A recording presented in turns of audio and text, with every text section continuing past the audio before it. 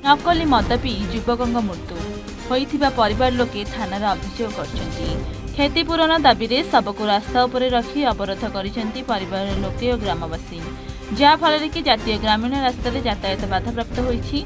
एपरी घटना देखा मिली भुवन थाना बालिब पंचायत अंतर्गत कानखाई ग्राम ग्रामर नयन देहुरी बड़ पुओ रमाकांत देहुरी श्रमिक भाव में काम करी परिवार प्रतिपोषण करती।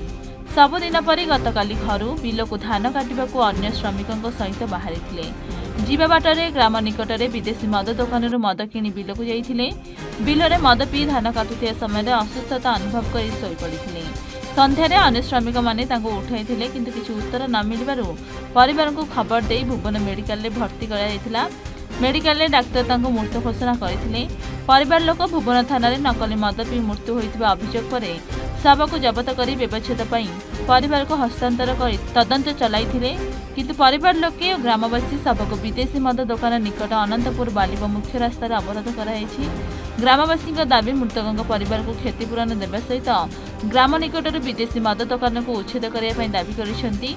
घटनास्थल में भुवन पुलिस और स्थानीय तहसिलदार पहुंची बुझासुझा पर रास्ता रोक हटिथिला। गतकाली इति आम गाँ को लगी कानखाई ग्रामर जड़े गरीब परिवार नयन देहुरी नामक जड़े व्यक्ति जड़े युवक पुओ 35 वर्षर रमाकांत देहुरी जार गोटे मात्र 8 वर्षर पुओटी अच्छी से गतकाली बिलरे तार अचेत अवस्था परिवार लोक पाइले। डाक्तखाना नेला बेले डाक्तर मृत्यु घोषणा कले। परिवार लोकंकर कहवा कथा एवं अंचल समस्त कहवा कथा जे बिलरे से माने मद पीथिले। जो भुवन कानखाई जो मद दुकानटी अच्छी ये मद दुकान से मद पीकरी हुए तो नकली मद होता पारे किंबा माने स्पिरिट अधिका होता पारे। जहाँ भी हो तार मद पीवा हेतु मृत्यु होती बोली परिवार लोकंकर अभियोग होला। आमर एठी गतकाली गोटे पिला मद पीकी अलरेडी डेथ हो सारी 5टी पिला पीथिले।